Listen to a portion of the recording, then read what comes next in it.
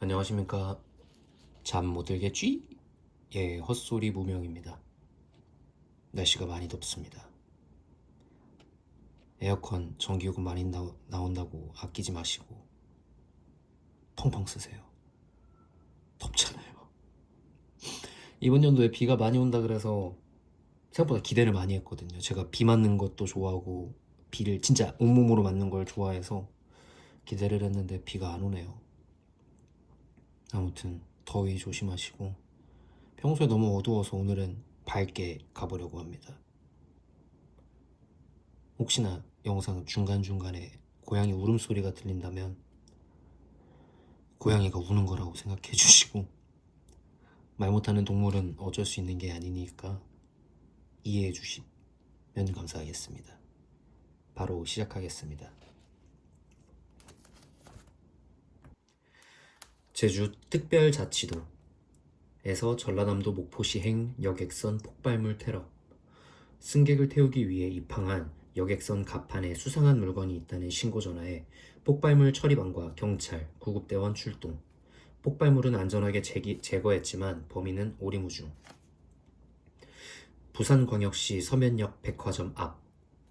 인도를 향해 달려오던 차량이 덮쳐 남성 1명 중상, 어린이 1명 경상. 운전자는 70대 고령의 순혈 한국인. 광주광역시 광주시청 근처 영화관. 사제 총기 난사 사고. 총에 맞은 3명의 혼혈 한국인, 생명에 지장은 없지만 중경사.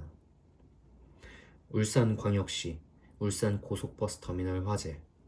출발 대기 중이던 버스 2대에 연달아 불이 붙어 시민들 대피. 버스 2대 전소. 인명피해는 없었다. CCTV 자료 확보 중. 검은색 모자와 검은색 상하이를 입은 수상한 남자 포착. 목격담도 들어. 대구광역시 동대구역 근처 먹자골목. 검은색 옷을 맞춰 입은 건장한 체격의 남성 무리. 지나가던 시민들 무차별 폭행 후 도주 중 검거. 피해자 역시 혼혈 한국인들. 대전광역시 정부 청사역 옆 대형 생필품 마트. 묻지마 칼부림 사건. 칼에 찔린 40대 여성과 50대 남성. 다행히 목숨엔 지장 없어. 범인은 그 자리에서 잡혀. 세종특별자치시 금강 수변공원 방화비수 사건. 검은색 옷을 입은 수상한 사람이 휘발유통과 라이터를 들고 다닌다는 신고에 경찰 신속히 출동해 범인 제압. 인천광역시 주안역 삼거리. 음주운전 의심 차량. 버스 정류장과 카페, 음식점으로 돌진. 공공기물과 상가 내부 파손. 큰 인명피해는 없어. 음주 측정 결과 음주운전은 아님. 마약 검사도 음성. 운전자는 30대 순혈 한국인. 서울특별시 성수동 서울숲. 검은색 옷을 맞춰 입은 괴한 3명. 묻지마 칼부림. 30대 남성 3명과 40대 여성, 20대 남성. 총 5명 중경상. 생명에 지장은 없어. 범인은 순혈 한국인. 분명하게 나눠진 피해자와 가해자. 전국적으로 동시다발로 일어난 무분별한 테러 사건. 세롬은 테러를 일으킨 범인들이 자신의 오빠를 다치게 한 순혈 한국인이라는 사실에 분노했다. 채팅방에 올라온 내용들을 읽으며 점점 굳어져가는 세롬의 표정을 본 희진은 휴대전화를 꽉 쥔 세롬의 손을 천천히 펼쳐 자신의 휴대전화를 가져왔다. 아직 확실한 건 없어, 세롬아. 나도 알아. 하지만 지금 여기서도 벌어진 일들도 올라오고 있어. 그렇다면 다른 곳 상황도 여기랑 다르가 없다는 말 아니야? 세롬아, 조금 진정해. 언니, 걱정 끼쳐서 미안한데 가봐야겠어. 세롬아. 세롬은 그대로 등을 돌려 아수라장이 된 광장을 지나쳐 큰 도로가 보이는 출구로 뛰어가기 시작했다. 출구로 나온 세롬은 구급차와 경찰차로 막혀있는 도로를 피해 도로의 반대편으로 한참을 달려 지나가는 택시를 불러 세웠다. 택시! 1원역으로 가주세요. 빨리요. 택시에 탄 세롬은 자신의 휴대전화를 꽉 쥐며 생각에 빠졌다. 택시 라디오에서는 희진의 휴대전화에서 본 내용의 뉴스 속보들이 흘러나오고 있었다. 그렇게 시간이 얼마나 흘렀을까? 조금 진정된 듯한 세롬의 머릿속엔 수많은 의문점이 떠올랐다. 희성은 왜 자신을 지켜보고 있었는지, 어떻게 자신의 눈앞에서 발생한 일들이 어떤 일들인지 제대로 파악하기도 전에 기사가 떴고 희성은 아무렇지 않게 대응할 수 있었을까? 그리고 희성은 왜 자신을 막았었을까? 세롬은 희성에게 묻고 싶은 것이 산더미처럼 쌓여 있었다. 그렇게 택시를 타고 한참을 달려 1원역 근처에 있는 건과 성하의 병원 앞에 도착한 세롬은 병원으로 뛰어들어갔다. 안내소를 지나쳐 검은색 정장을 입은 경호원들이 모여있는 엘리베이터 앞으로 무작정 달려간 세롬은 경호원의 팔을 잡아챘다. 류희성 씨, 어디 있죠? 팔을 잡힌 경호원은 단호하게 세롬의 팔을 내쳤고 세롬의 앞을 가로막았다. 어디서 나오셨습니까? 류희성 씨 지인이에요. 급한 일이라 그래요. 지금 어디죠? 어디 가야 만날 수 있죠? 세롬의 다급한 물음에도 경호원은 대답하지 않은 채 셔츠 옷깃에 달린 무전기에 대고 무엇인가 얘기하기 시작했다. 무전기에 대고 작은 소리로 여러 번 대화를 나눈 경호원은 단호하게 대답했다. 말씀드리기 어렵습니다. 아니 뭐 맨날 다 어렵대? 다 모르겠고 어려우면 왜 여기 있는 건데요? 답답한 마음에 세롬이 소리를 질렀지만 경호원들은 그 자리에서 반응 없이 가만히 서 있을 뿐이었다. 이곳에 있어봤자 희성을 만날 수 없을 거란 생각이 든 세롬은 다시 병원 밖으로 걸어 나갔다. 그렇게 밖으로 나간 세롬은 병원 건물 중간에 있는 산책로로 향했다. 화려하게 핀 꽃들이 세롬의 마음을 아는지 모르는지 눈치 없이 반겨주고 있었다. 천천히 걷던 세롬은 산책로 중간에 있는 돌로 만들어진 벤치에 앉았다. 벤치에 앉아 깊게 한숨을 내뱉고 자신의 휴대전화를 꺼내들어 양손으로 꽉 쥔 채로 고개를 숙이고 작게 혼잣말했다. 오빠, 도대체 무슨 일들이 벌어지고 있는 거야? 2084년 4월 2일 일요일 오후 3시 진성아의 병실. 무슨 일인데 그러지? 아무 일도 아닙니다. 절 찾는 사람이 있다고 합니다. 별일이 다 있군. 희성이 자네를 찾는 사람이 있다니. 돌려보내라고 지시했습니다. 그래, 일이 잘 해결된 것 치고는 옷이 많이 더러워졌군. 병실 창가에 서 있던 성화는 등을 돌려 희성의 옷차림을 보고 얘기했다. 남색 맨투맨에는 털어내지 못한 잔디에 풀들이 붙어 있었고 검은색 바지엔 흙 자국이 남아 있었다. 죄송합니다. 급하게 돌아오느라 미처 신경 쓰지 못했습니다. 됐어. 인명피해 상황은 중경상의 피해는 있지만 생명에는 지장 없습니다. 잡힌 놈들은 전부 순혈한국인으로 섭외해서 신분상의 문제는 없습니다. 그래, 입단속 철저하게 시키고 잡힌 순혈한국인들 내가 말했던 곳으로 전부 옮겨. 알겠습니다. 이제 그 잘난 순혈놈들이 즐겨하던 일을 진행시켜볼까? 그럼 퇴원 날짜는 어떻게 하시겠습니까? 희성이 자네가 볼 때는 얼마나 걸릴 것 같나? 2주 정도면 서로 완전히 등을 돌릴 것 같습니다. 2주라. 그럼 그렇게 하지. 그 지역은 어디까지 완성됐지? 개발 못하는 산을 제외하고는 이미 공장 단지와 주거 단지는 충분한 상태였습니다. 두 지역을 감싸는 그것도 전부 설치 완료했습니다. 밭이나 논을 전부 태우고 만든 공장과 사람이 살지도 않은 아파트를 그렇게 찍어내더니 그게 돌고 돌아 나한테 도움이 되는군. 그럼 2주 뒤 퇴원하고 바로 시작하지.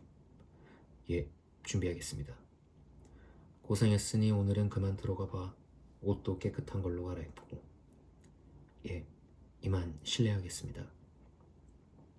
희성이 성화에게 고개를 숙여 인사하고 뒤를 돌아 병실 문을 열고 나갔다. 병실 밖으로 나온 희성은 느린 걸음으로 엘리베이터를 향해 걸어갔다. 병실 안의 성화는 창밖을 바라보며 창틀을 손가락으로 가볍게 두드렸다. 2주라. 작게 혼잣말을 내뱉은 성화는 초점이 없는 눈으로 창밖을 계속 내다봤다. 엘리베이터를 타고 병원 1층으로 내려온 희성은 흙먼지가 묻어 더러워진 바지를 바라보며 천천히 병원 밖으로 나왔다. 뜨겁게 내리쬐는 햇살에 인상을 찡그린 희성은 오른손을 들어 눈가 위로 작은 그늘을 만들었다. 눈가 위로 그늘이 생기자 낮에 마주쳤던 세롬이 저 앞에 서 있었다. 아저씨! 산책로에서 대책 없이 희성을 기다렸던 세롬이 희성에게 뛰어왔다. 세롬이 달려와 희성의 팔을 낚아챘다. 아저씨, 우리 얘기 좀 해요. 희성이 대답하기도 전에 세롬이 희성의 팔을 잡아 끌어 병원 밖 큰 도로까지 데리고 나갔다. 희성은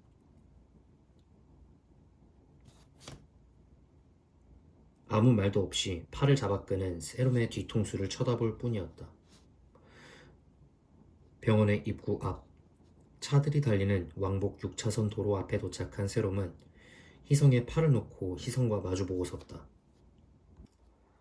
내가 진짜 궁금한 게 많거든요? 내가 묻는 말에 대답 좀 해줄래요? 지금 이 자리에서 대답 안 해주면 나는 내 마음대로 생각하고 행동할 수밖에 없어요. 세롬의 눈빛은 희성을 집어삼킬 것처럼 불안하게 타오르고 있었지만 희성은 차갑고 쓸쓸한 눈빛으로 평소와는 다르게 분명히 세롬의 눈을 쳐다보고 있었다. 아무 말 없는 희성의 반응에 세롬은 당연한 반응이라는 듯 깊게 숨을 들이마시고 한숨을 내뱉으며 계속해서 말을 이었다. 거기서 테러가 일어날 걸 알고 있었죠? 그렇지 않고서 그렇게 대응이 빠를 수는 없죠. 또 전국적으로 같은 날, 같은 시간에 이런 일들이 벌어질 수도 없고요. 또 피해자는 혼혈 한국인인데 가해자는 전부 순혈 한국인이다? 너무 속보이는 거 아닌가요?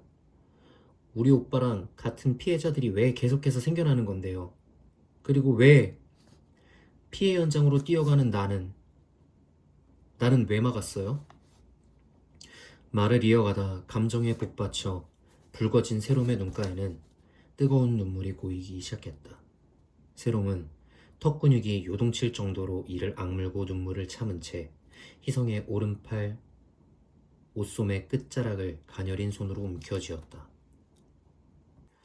차갑고 쓸쓸한 눈으로 세롬의 눈을 바라보던 희성은 무겁게 입을 열었다. 제가 드릴 수 있는 대답은 아무것도 없습니다. 저는 그저 대통령님께서 명령하신 대로 행동할 뿐입니다. 그럼 나는 왜 못 가게 막은 건데요? 그것도 대통령이 시켜서 그런 거예요? 그건 현장으로 뛰어들어가는 세롬을 막아선 건 희성의 단독 행동이었고 희성이 의식하고 행동한 게 아니었다. 머리로 이해하고 반응하기 전 이미 몸은 움직이고 있었고 달려가는 세롬을 막아야 한다는 생각밖에 없었던 희성은 세롬의 질문에 대답하지 못하고 입을 다물었다. 알겠어요. 제대로 된 대답 못 들을 게 뻔했어요. 그냥 아저씨가 무슨 생각으로 그랬는지 대통령은 또 어떤 생각인지 내가 알아서 판단할게요. 이제 이렇게 무작정 찾아올 일 없을 테니까. 희성의 옷소매를 잡고 있던 여전히 가녀린 세롬의 손은 힘을 풀고 눈가에 고였던 뜨거운 눈물을 닦아내었다. 세롬은 미련 없이 희성에게 등을 돌리고 혼자 걷기에는 넓어 보이는 인도를 빠른 걸음으로 걸어갔다. 점점 멀어져 이제는 눈앞에 보이지도 않는 세롬의 뒷모습을 쫓기라도 하는 듯 쓸쓸한 눈빛의 희성은 세롬이 떠난 자리에 한참을 서 있었다. 한참을 서 있던 희성은 구겨진 옷 소매와 흙으로 더러워진 바지를 번갈아 쳐다본 뒤 천천히 걸어 도시의 빌딩 숲속으로 사라졌다. 2084년 4월 16일 일요일 순혈 한국인들의 전국적 무차별 테러가 시작된 직후부터 대한민국 전체가 이상하게 흘러가기 시작했다. 대통령을 향한 드론 폭발 사고를 시작으로 순혈 한국인들이 혼혈, 외국계 한국인들을 향한 무차별적 테러를 일으킨다는 여론이 들끓었고 순혈 한국인을 시외나 다른 도시로 추방해야 한다는 여론들까지 광화문 광장, 서울역, 전국 곳곳의 시청이나 기차역, 사람이 많이 모이는 곳 어디든 혼혈과 외국계 한국인들이 모여 전국적인 시위를 벌였고 자신들은 무관하다며 반대 시위를 하던 순혈 한국인들과의 충돌이 끊이지 않았다. 그들은 이미 벌어진 테러 사건은 관계없다는 듯 서로를 미워하다 못해 증오하기 시작했다. 온라인 커뮤니티 게시판에서는 이미 서로를 갈라내는 중이었고 초등학교에서부터 대학교까지 더 나아가 직장에서도 서로를 끝없이 비난하고 비판하고 차별하며 서로에게 상처를 남기고 갈등의 골을 더욱더 깊게 파고 들어갔다. 또한 낮이든 밤이든 관계없이 전국의 길거리에서도 순혈 한국인과 혼혈 외국계 한국인들의 사이에 폭행 사건이 하루에 수십 번씩 일어났다. 참으로 웃기지 않나. 그저 인간을 구성하는 한 가지 요소일 뿐인데 흐르는 피가 다르다는 이유로 미워하고 싫어하고 하다못해 서로를 깎아내리기까지. 그 피가 대체 뭐라고 이렇게들 하는지. 대통령님, 같은 병실에 같은 병원복을 입고 있었지만 팔꿈치와 어깨부터 등과 허리를 감쌌던 두꺼운 석고 붕대를 풀고 창가를 바라보는 성화를 조심스레 병실 문을 열고 들어온 희성이 돌려세웠다. 마틴건 씨의 배우가 마틴건 씨의 상태가 매우 좋지 않습니다. 그게 중요한가? 당장 내일이면 더 중요한 일들이 차고 넘칠 텐데. 방금 심정지 상태가 와서 의사들이 급하게 심폐소생에 들어왔습니다. 한 번은 보셔야 하지 않겠습니까? 별일이군. 네가 그렇게까지 그 배우를 신경 쓰는지 몰랐는데 말이야. 죄송합니다. 죄송할 필요는 없지. 너도 사람이니. 죽어가는 사람에게 죄책감이나 동정심이 생길 수밖에. 가보지. 성화가 문 쪽으로 다가서자 희성이 병실 문을 열었다. 바로 건너편에 있는 마틴건의 병실의 문은 열려 있었고 열린 문으로 보이는 건 침대 위에 올라타 흉부 압박을 진행을 하고 있는 담당의와 그 뒤로 줄줄이 들어오는 제세동기, 약물들이 담긴 응급 카트였다. 그렇게 시간이 얼마나 흘렀을까? 의료진들이 하나 둘 행동을 멈추어 갔다. 마지막까지 흉부 압박을 진행하던 담당의마저 침대 위에서 내려왔다. 마지막으로 마틴건의 상태와 시간을 확인한 담당의는 의료진들이 보는 앞에서 사망 진단을 내렸다. 담당의는 마틴건의 가족들에게 연락하라는 말을 남기고 병실 밖으로 나오다 성화와 희성을 마주쳤다. 고개를 숙여 가볍게 인사를 하고 돌아서는 담당의를 성화가 불러 세웠다. 마틴건 씨는 괜찮은 겁니까? 죄송합니다. 최선을 다했지만 방금 사망하셨습니다. 이런, 제 생명의 은인이신데. 마틴건 씨 가시는 길에 살려주셔서 감사했다고 말씀드리고 싶은데 잠깐 들어가도 되겠습니까? 원래라면 가족의 동의를 받아야 하지만 대통령님께서는 마틴건 씨와 관계가 깊으시니 유가족분들도 이해해 주실 겁니다. 감사합니다. 성화가 담당의와 얘기를 마치고 마틴건의 병실 앞에 섰다. 때마침 복도 끝 쪽에서 간호사가 담당의에게 달려오고 있었다. 선생님, 방금 마틴건 씨의 동생분과 연락됐습니다. 바로 오신다고 합니다. 이런, 또 시끄러워지겠군. 희성에게만 들리게 작은 한숨을 쉬며 얘기한 성화는 마틴건의 전신에 붙어있던 의료기기를 떼어내고 정리를 마친 의료진이 병실 밖으로 나오길 기다렸다가 정리가 끝난 마틴건의 병실로 희성과 함께 들어갔다. 조용한 병실로 들어온 성화는 천천히 걸어 침대에 소리 없이 누워있는 마틴건의 옆에 섰다. 희성은 병실 문을 닫고 문 앞을 지키고 서서 마틴건을 바라보았다.